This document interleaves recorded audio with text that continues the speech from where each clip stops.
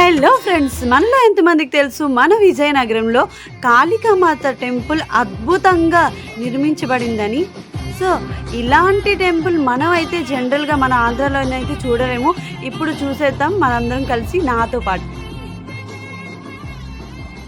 Wow!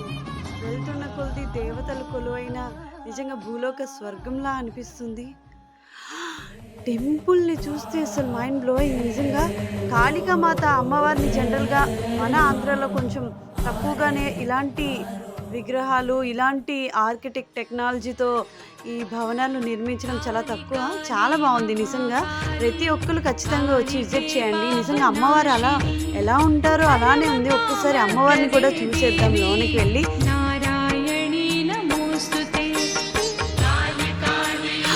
అమ్మవారు అంటేనే నిజంగా కాళికామాత అమ్మవారు అంటేనే ఎవరైనా భయపడాల్సిందే. నిజంగా చూడటానికి కూడా చాలా గంభీరంగా, చాలా వీరత్వంతో ఉంది తల్లి. సో అందరూ చూసి తరించండి.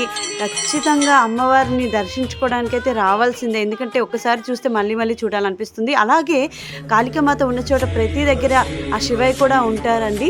ఎందుకంటే ఆమె కోపాన్ని కంట్రోల్ చేసిన శివయ్య కాబట్టి. అలాగే మనకి చిన్ని కృష్ణుడు చూసేశారు కదా.